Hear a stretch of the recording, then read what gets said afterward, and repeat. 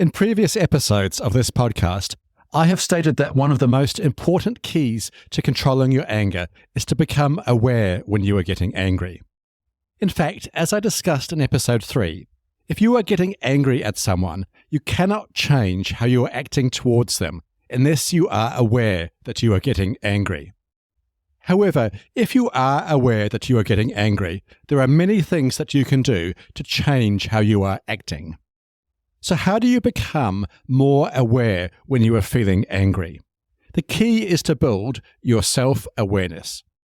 In this episode, I will discuss 3 tips for building self-awareness so that you can catch yourself getting angry before your anger gets out of control. Hello and welcome to episode 19 of the Anger Secrets podcast. I'm Alistair Hughes, and over the last 30 years, I've taught over 10,000 men and women how to control their anger, master their emotions, and create calmer, happier, and more respectful relationships. In this podcast, I'll share the proven tools and techniques I've used to help my clients control their anger and transform their lives. For free support on your anger management journey, including free training and the opportunity to book a free 20-minute anger assessment call with me, visit my website, angersecrets.com. I look forward to helping you control your anger once and for all. Okay, let's jump into episode 19, 3 tips for building self-awareness. To catch your anger before it gets out of control, you need to start by building self-awareness. Basically, self-awareness is the ability to recognize and understand your emotions, thoughts, and behaviors. When it comes to controlling your anger, self-awareness is critical.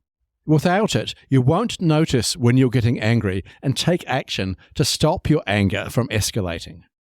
So how can you become more self-aware? Here are 3 tips to get you started. Tip 1. Observe your early warning signs of anger. The first tip to developing more self-awareness is to learn your early warning signs of anger. Your early warning signs of anger are the signs you experience when you are becoming tense, frustrated, or angry.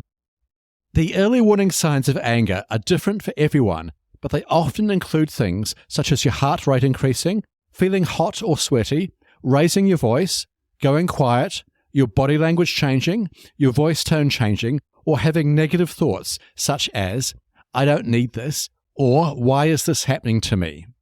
The sooner you become aware of your early warning signs of anger, the easier it is to stop your anger from escalating. In my comprehensive online anger management course, The Complete Anger Management System, I will teach you much more about the early warning signs of anger and what to do when you become aware of them. Tip 2. Slow down. The second tip is to slow down. When you become angry, your emotions take over and you can act without thinking. This often results in you saying or doing things that you later regret. Instead of doing this, it is more useful to train yourself to slow down, take a deep breath, and give yourself time to think before you act. For example, I worked with a client many years ago who trained himself to say the words, "I think" or "I feel," every time before he said something when he was angry.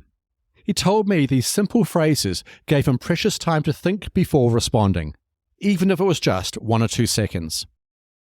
Even this short amount of time helped him to choose more productive, respectful words and actions instead of reacting out of anger. Tip 3. Get to know your anger triggers. The third tip to build self-awareness is to get to know your anger triggers. Anger triggers are the events or situations that trigger your anger. Knowing what your anger triggers are is important for developing more self-awareness because it allows you to spot them before you become angry and take appropriate action. A simple way to learn more about your anger triggers is to think about situations that have made you angry in the past. Then ask yourself, why did this situation make me angry? Some common anger triggers include feeling disrespected, feeling like you're not being heard, or when someone behaves in a completely different way to your expectations. By understanding your anger triggers, you can become more mindful of them and take action before they spiral out of control. It can also be helpful to write down your anger triggers on paper. This can help you put these triggers into perspective, as well as help you plan what to do when these situations arise again. For example, if one of your anger triggers is feeling disrespected, you could develop a plan to deal with feeling disrespected in the future. This could include taking time to cool off if you feel angry, communicating your feelings, or walking away from the situation. I hope these 3 tips have given you some useful ideas on how to build your self-awareness. Remember that when it comes to anger management, becoming aware that you are getting angry is key.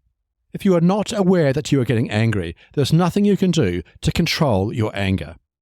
However, if you are aware that you are getting angry, there are many things you can do to control your anger.